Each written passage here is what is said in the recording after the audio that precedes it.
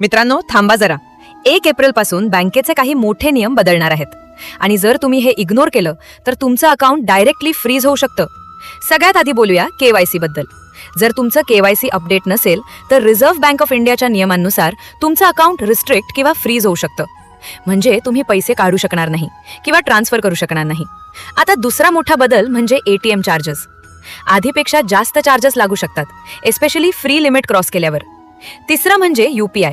जर तुम्ही तुमचा UPI बराच काळ वापरला नसेल तर तो डिॲक्टिवेट होऊ शकतो. त्यामुळे पेमेंट्स करताना प्रॉब्लेम येऊ शकते. आणि FD बद्दल बोलायचं झालं तर इंटरेस्ट रेट्समध्ये बदल होण्याची शक्यता आहे. त्यामुळे FD रिन्यू करताना चेक करणं खूप इम्पॉर्टंट आहे.